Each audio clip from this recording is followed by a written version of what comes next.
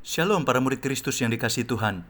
Pada bagaimana kali ini kita akan merenungkan sebuah tema kekuatan di tengah tantangan yang diambil dari Ulangan pasal 31 ayat 7 dan 8, demikian firman Tuhan. Lalu Musa memanggil Yosua dan berkata kepadanya di depan seluruh orang Israel, "Kuatkan dan teguhkanlah hatimu, sebab engkau akan masuk bersama-sama dengan bangsa ini ke negeri yang dijanjikan Tuhan dengan sumpah kepada nenek moyang mereka untuk memberikannya kepada mereka. Dan engkau akan memimpin mereka sampai mereka memilikinya. Sebab Tuhan, Dia sendiri akan berjalan di depanmu, Dia sendiri akan menyertai engkau, Dia tidak akan membiarkan engkau dan tidak akan meninggalkan engkau. Jangan takut dan janganlah patah hati." Saudara, tantangan.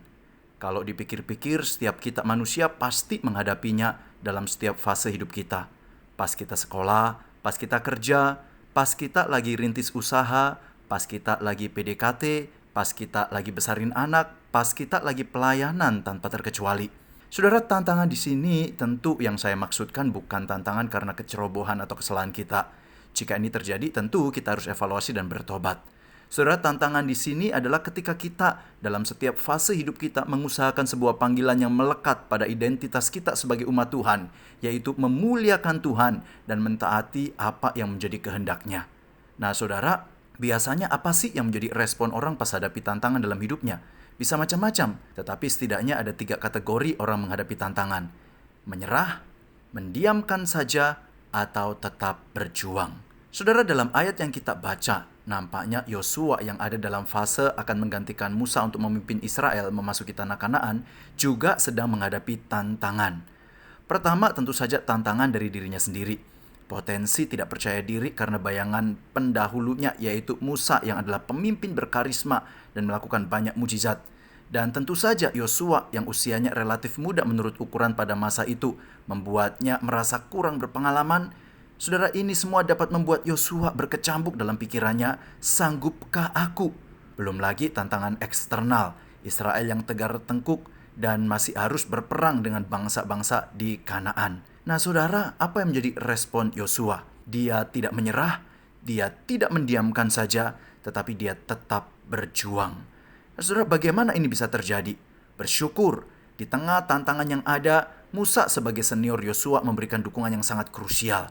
Kata-kata penyemangat, dan ini disampaikan di hadapan seluruh bangsa Israel. Musa seolah-olah membangun legitimasi Yosua dan membangkitkan semangatnya. Menariknya jika diperhatikan, kata-kata penyemangat ini bukanlah kata-kata manis yang berisi polesan kata-kata mutiara yang mengabaikan realita tantangan di depan mata. Kalimat "kuatkan dan teguhkan hatimu" memberikan indikasi, ya, memang akan ada tantangan yang kamu hadapi, hai Yosua, dan kamu harus berketetapan hati untuk tidak menyerah.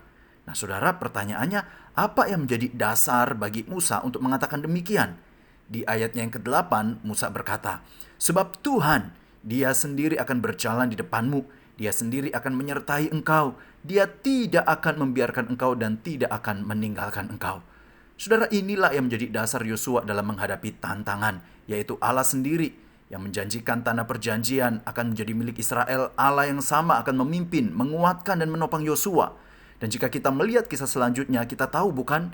Yosua berhasil menjalankan panggilannya memimpin Israel masuk dan mendiami tanah Kanaan. Saudara, dalam kehidupan kita pun kita sedang melakukan sebuah perjalanan menuju Kanaan secara rohani, yaitu kehidupan kekal yang Tuhan janjikan. Dalam perjalanan ke sana, yaitu selama kita masih ada di dunia ini, kita memiliki panggilan untuk menyatakan kemuliaan Tuhan dengan hidup taat kepadanya dan menjadi berkat bagi sesama. Tentu kita menghadapi tantangan-tantangan ketika kita berusaha untuk hidup dalam ketaatan kepadanya, bukan? Tetapi mari kita mengingat, bukankah Tuhan Yesus berkata, "Dan aku menyertai engkau sampai pada kesudahan zaman," atau sampai selama-lamanya, saudara, dalam Matius 28 ayat 20. Saudara, Tuhan Yesus melalui firman Tuhan dan Roh Kudus akan senantiasa ada untuk menopang kita. Dialah yang akan memberikan hikmat untuk membawa kita mengetahui keputusan apa yang harus kita ambil di tengah tantangan yang ada. Dia yang memberikan kekuatan yang menolong kita tetap bertahan di tengah tantangan. Dan saudara, Dialah yang memberikan anugerah sehingga kita dimampukan melalui setiap tantangan dan meraih buah dari sebuah perjuangan yang membuat kita pada akhirnya berkata, "Ebenezer, sampai di sini Tuhan memberikan pertolongan." Saudara, apapun tantangan yang saat ini saudara hadapi, di sekolah, tempat kerja, keluarga, atau pelayanan, yakinlah bahwa ada kekuatan di tengah tantangan sebab Dia Allah yang hadir untuk menuntun dan memberikan pertolongan. Salam, ada kekuatan di tengah tantangan. Soli Deo Gloria, God bless you.